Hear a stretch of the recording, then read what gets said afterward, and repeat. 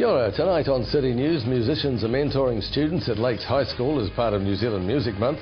Nominations for the Board of Council's new CCO close tomorrow, and hunting season safety is to the fore as bird season starts on Saturday.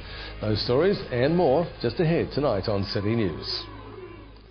Rotorua Lakes High School had the chance this week to celebrate New Zealand Music Month by taking part in the New Zealand Music Commission's Musicians Mentoring Program. Students spent the last 2 days workshopping and getting advice from Jimmy Christmas from D4 and Lou Gaboa and songwriter Lisa Crawley, winner of the Pacific Music Writing Award.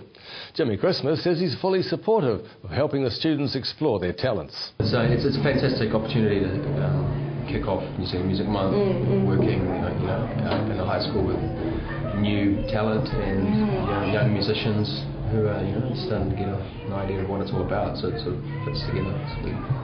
Lakes High School music teacher Chris Pascoe says New Zealand Music Month has enabled him to introduce new aspects to the music curriculum. It's been amazing for my kids. When I arrived here, we had 3 functioning guitars. The next year we had Music Month was about, and we were offered the chance to have a mentor. And suddenly I saw kids being allowed to let their talent out. So although I started teaching here as a conventional high school music program with written music all over the place, very rapidly discovered that the people who wanted to do it quite often didn't write notes, didn't want to, but they wanted to do music. So even when we had 3 functioning guitars, we had 3 entries in RockQuest. Chris Pascoe says he hopes New Zealand Music Month can continue as programs around the month are benefiting the New Zealand music industry. Bay of Plenty Regional Council is developing a new regional coastal environment plan which sets rules, policies and objectives to protect our region's coastal marine area. Bay of Plenty Regional Council Group Manager Fiona McTavish says the council has been reviewing its existing plan, working out what is working and areas that are lacking. She says hui have been held across the region and the council's had consultations with other councils, community groups and stakeholders in developing a new plan. Information on the Coastal Plan Review is on the Regional Council's website and you can go to that on boprc.govt.nz.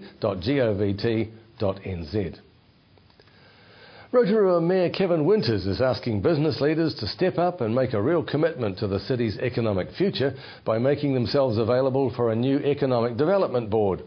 Possible directors of Rotorua District Council's new council-controlled organisation, or CCOs, will drive economic development for the district.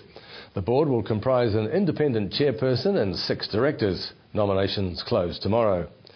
Meanwhile, Chamber of Commerce head Roger Gordon says he believes the CCO is a step forward for the council.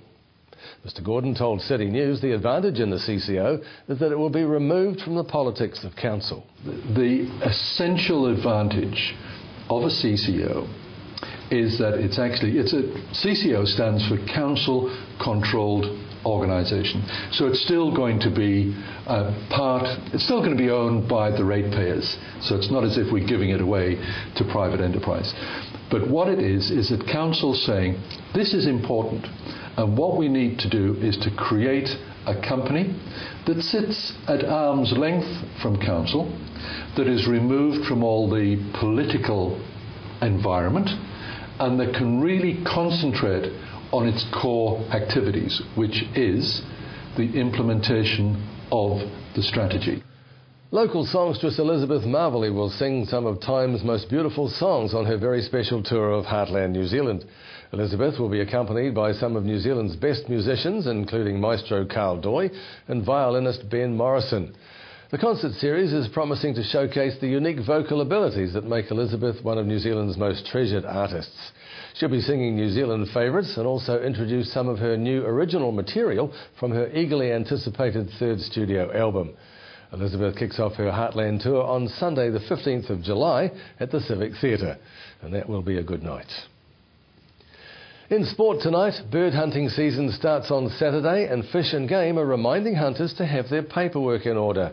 Game Officer Anthony Van Dorp says good preparation before starting out is key for safety. We really want to encourage people to just take a little bit of extra time before they go hunting to remember the safety rules, to be aware of what they're doing, to identify their target and not mix alcohol in firearms. Just take that extra care and have a safe incident-free hunting season. Let's look at the weather now, Rotorua, brought to you by Trevor Robson's Signs and Graphics Limited. Tonight, fine weather, southerly breezes, an overnight low of 2, so more of the hot water bottles and electric blankets. Tomorrow, Friday, morning fog or low cloud and then fine. Light winds, a high of 16 and a low of 3. And to start the weekend on Saturday, morning fog or low cloud and then fine conditions, light winds, a high of 16 and a low of 5. The marine forecast for Lake Rotorua, southerlies to 10 knots, waves less than half a metre, but fine conditions. If you missed any of tonight's bulletin, you can watch it again by going to tvrotorua.co.nz and click on the View Latest City News link.